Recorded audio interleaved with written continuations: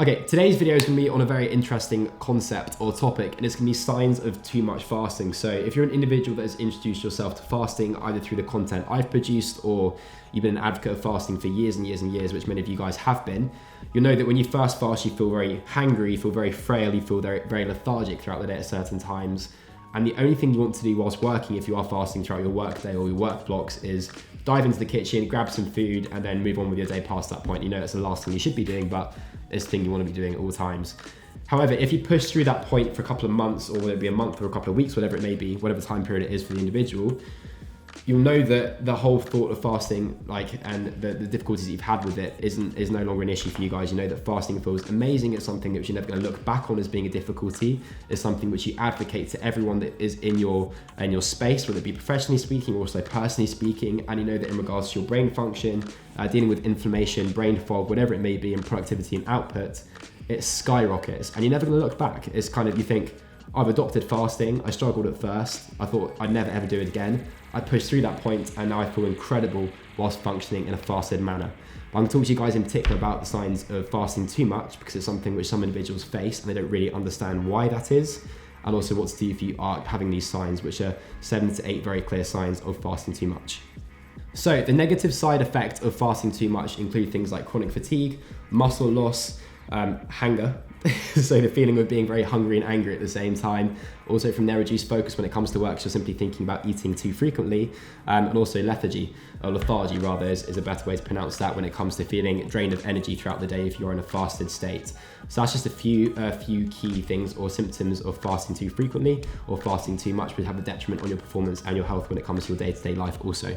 So having said that, majority of these problems when it comes to fasting aren't actually caused by fasting itself, but by other problems which are very easily solved. But I want to dive into the topic of how you are fasting too much if you're an individual that suffers from chronic fatigue, muscle loss, irritation, reduced focus and output when it comes to your work when fasting, and all of those symptoms, all the symptoms I listed previously speaking. Okay, so sign number one that you're fasting too much is hair loss, which is obviously an issue for a majority of men worldwide. So when it comes to the reasons why people lose their hair, it's very simple. It's normally caused by hormonal changes, chronic stress you're facing, stress in regards to work, radiation therapy, and also from their nutrient deficiency. So when it comes to fasting and not getting enough nutrient sources, that's where that correlation comes in hand, and obviously that can then contribute to hair loss long term.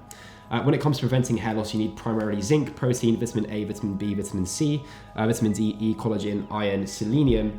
Again, I can list all of these below or get these listed in this video. I think that's probably better for you guys to understand. Most common ones include vitamin B, vitamin C, D, zinc, and magnesium as well as being useful when it comes to fighting hair loss. So definitely think about incorporating that as well in your day-to-day. But again, if you guys aren't getting those nutrients in whilst you're in a fasted manner, or if you guys aren't getting them into your diet when it comes to nutrient sources, obviously whilst fasting, that can be a reason as to why you are facing hair loss and combating that day-to-day. Just to add to that topic in particular, when it comes to hair loss, fasting for a period of 16 to 24 hours every day, or even for longer windows like 3 days, for example, will not cause issues like hair loss. Okay, that won't be the case, and it won't have any detriment to your health at all. It'll just be a case of if you are fasting and you have a nutrient deficient diet, or from there you're deficient in certain food sources that I already listed up there. That's the reason as to why, and you're making poor food choices as well whilst you are fasting, which I definitely hope you're not doing. I hope you're not fasting and breaking your fast with poor food choices. That's the last thing you should possibly be doing. But yeah, if you're making poor food choices and you're nutrient deficient, that is the reason as to why you'll be facing hair loss and combating that day-to-day, week-to-week. Even at a young age, like 21, for example. Okay, issue number 2 that can make you aware of the fact you are fasting too much, or fasting probably isn't the right move for you at this current moment in time, is sleeping problems. So if you're an individual that has sleeping problems, you toss and turn frequently throughout the night, you wake up, you feel wired before bed, you don't understand why you don't feel fatigued prior to bed, and also during that time window where you should be going to sleep, based off your chronotype and also based off regulating your circadian rhythm. That is because your body is simply in a state of sympathetic dominance. Okay, so I'll repeat that again, sympathetic dominance, and that is simply because you are fasting too much. Okay, being chronically in ketosis or in a fasted state isn't necessarily good for the body, and can obviously then ensure that we're in a state of sympathetic dominance where the body is currently stressed. So to bring the body back to a state of parasympathetic dominance where it's in a much more relaxed manner, we need to be consuming a protein-based and carbohydrate-based food source, which also then produces or increases the production of serotonin also, which then obviously then encourages the feeling of being relaxed prior to bed as well, and obviously improves the quality of sleep. So that's why I incorporate the majority of my carbohydrates prior to bed to encourage the parasympathetic nervous system to be functioning, and also to ensure that in terms of serotonin production, I'm much more relaxed as well, okay? So that's going to be, serotonin is also going to be converted by the gut into melatonin, hence why your sleep quality will be much, much higher if you consume a food source like carbohydrates and moderate protein prior to bed as well. At least 3 hours prior to bed is what I suggest. Just to also further dive into the topic of optimizing sleep and feeling fatigue prior to bed to ensure that your sleep quality is high, definitely utilize things like chamomile tea and lavender tea. And also in terms of your sleep environment, make sure you're checking out videos that I made on that previously speaking and my top 10 hacks for sleep as well. So definitely make sure you check that out. But also make sure you regulate your caffeine intake, because that can obviously disturb your sleep when it comes to caffeine half-life. So I personally don't consume any caffeine past 12 p.m. Other individuals that I work with don't consume any caffeine past 2 in the afternoon, but definitely be aware of that also. Symptom number 3 is going to be digestion problems. So obviously fasting and eating less frequently, giving your gut more time to recover and repair, is really key when it comes to alleviating the gut of issues that it faces day to day, especially in this day in society.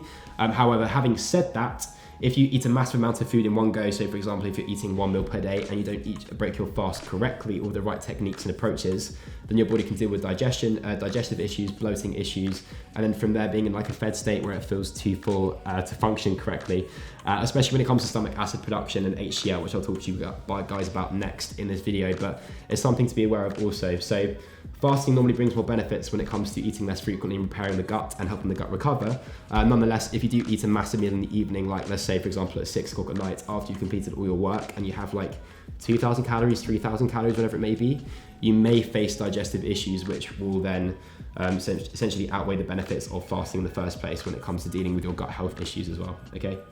To prevent the issue of digestive problems when you are breaking your fast, make sure you consume some salted water whilst you are working or in the period where you are fasting to make sure that you produce HCl when you are eating, which is going to help when it comes to digestion of food and also prevents dehydration. And then from there also opt for food sources that you know you can digest easily and break down easily when you are breaking your fast. So something like a meat source which is easy to break down, maybe like a white source of meat like chicken for example, something very moderate in carbohydrates for anything very minimal in carbohydrates, a fat source like let's say MCT oil, coconut oil, whatever it may be.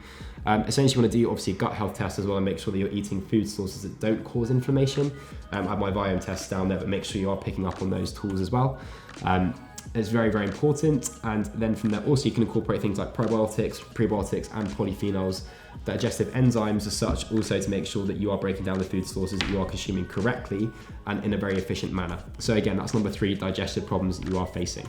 Okay, variable number 4 is going to be detox symptoms. So if you are fasting frequently and you are losing weight and mobilizing body fat, then it may release stored toxins in your system, which will then cause bloating, lethargy, exhaustion, brain fog, headaches, and also nausea and essentially decline in performance day to day. So something you want to combat straight away when it comes to having a detox protocol in place. You don't need to be on a specific cleansing protocol to experience these symptoms at all, but it's just a case of if you are losing weight and obviously from there disposing of adipose tissue or excess body fat as such, then you can be utilizing stored toxins which are present in the system, which is going to be detrimental to performance day to day. So to prevent detox systems and alleviate them, you need to be taking binders and collaterals as well, which bind toxins together and also mobilize them in the most efficient manner possible when it comes to combating that with your physical body. And also when burning fat. So activated charcoal, which I have over there, which is a bulletproof supplement, it's called coconut charcoal, is their product that they market, is also a great tool to be utilizing.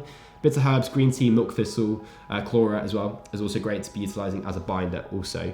I incorporate things like cumin and turmeric as well, also when it comes to dealing with inflammation, etc. That doesn't necessarily apply to a detox protocol. So guys, do make sure you are aware of that, because that's something which people wouldn't necessarily discuss as being a detox system, which is negative when it comes to the implication of fasting as a protocol. But yeah, definitely be aware of it. Variable number 5, binge eating and fasting, or the concept of eating disorders. So fasting can be great when it comes to combating eating disorders like sugar addiction and being obsessed with food, but it can also then feed them.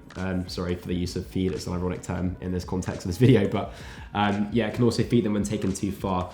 So I don't know if you guys have experienced this, but if you recall the first time when you've been breaking your fast after like 16 or 20 hours, you're probably very, very hungry and you were craving food at that point, I'm sure. So you probably had a huge meal. You weren't digesting that very efficiently. And in terms of how you felt after that, I'm sure you didn't feel particularly great. When it comes to compensating after being in a fasted state or being binge eating after being in a fasted state, It can cause an eating disorder long term as well. So just be aware of that, keep an eye on it, keep track on it. Again, fasting provides many benefits to the physical body, especially when it comes to output and performance, cognitively speaking, but just do be aware of it, and also make sure that you're making correct food choices as opposed to having really poor food choices as a reward for fasting as well. So don't break your fast with poor food choices and then consume loads of sugar and excess carbohydrates. Make sure you're being aware of what food sources you are consuming, and make sure you're not developing a relationship of fasting and then binging. That's the last thing you want to have. So I only eat 1 meal per day, but I'm very aware of how many calories I am eating in that window.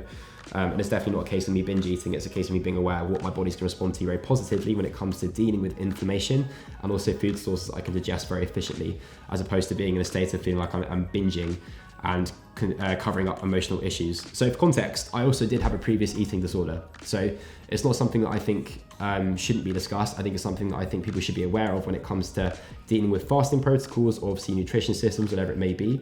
I think everyone's probably experienced a little bit of an eating disorder at some point, or a case of being too aware of what they're eating, or having like a negative relationship with their body at some point. I personally did when I was younger. So in regards to developing that relationship of fasting and binge eating, just be aware of it and be aware of how to keep it at a healthy level as well. Variable number 6, cold hands and feet. So if you are fasting too much, or if you're fasting too frequently and you're also restricting your calories, it can slow down your metabolic rate and therefore your function of your thyroid. That's a bit of a tongue twister. Hence why your body temperature then declines as well. Hence why you have cold feet and cold hands. So that can manifest itself in cold feet and hands during the day, because your body is short on energy essentially. And that's the last thing we want that to be. Because although we are incorporating fasting as a practice for the majority of individuals that I work with, and the majority of individuals that are watching these videos as well, you make sure that you are making sure you're consuming enough energy source or caloric sources as well, in terms of feeding yourself day to day as well. So after a long fast, like 3 to 5 days, it can completely mess up your thyroid if you're experiencing too much stress, especially when it comes to the situations that you guys are putting yourselves in as entrepreneurs running your own businesses. Just be aware of that, okay? So make sure you're increasing your protein to increase the thermic effect of food as an action item if you are experiencing cold hands and feet throughout the day. Very important, and it also protects against frailty. In terms of encouraging your thyroid for function, make sure you're incorporating selenium, zinc, vitamin B, magnesium, and healthy fats throughout the day also, or from there in terms of your last meal of the day which you are consuming. And also being low carb for too long can also downregulate thyroid function and leptin function as well, which will then have a negative impact when it comes to your body's temperature and also thyroid function. So you may need a regular carbohydrate in terms of your day-to-day intake. It is really important to be consuming. Also, definitely think about that. Okay, sign number 7 that you're fasting too much is muscle loss and frailty, which you guys may have experienced when you first started fasting and may have then combated and dealt with very well, but some individuals may not have done so. So the biggest underlying reason why people experience these signs of too much fasting is to do with chronic energy or malnutrition, in terms of chronic energy restriction, and also malnutrition in terms of food sources also. So just be aware of it. It's definitely something to think about. So if you combine caloric restriction with fasting, you'll definitely lose energy and muscle.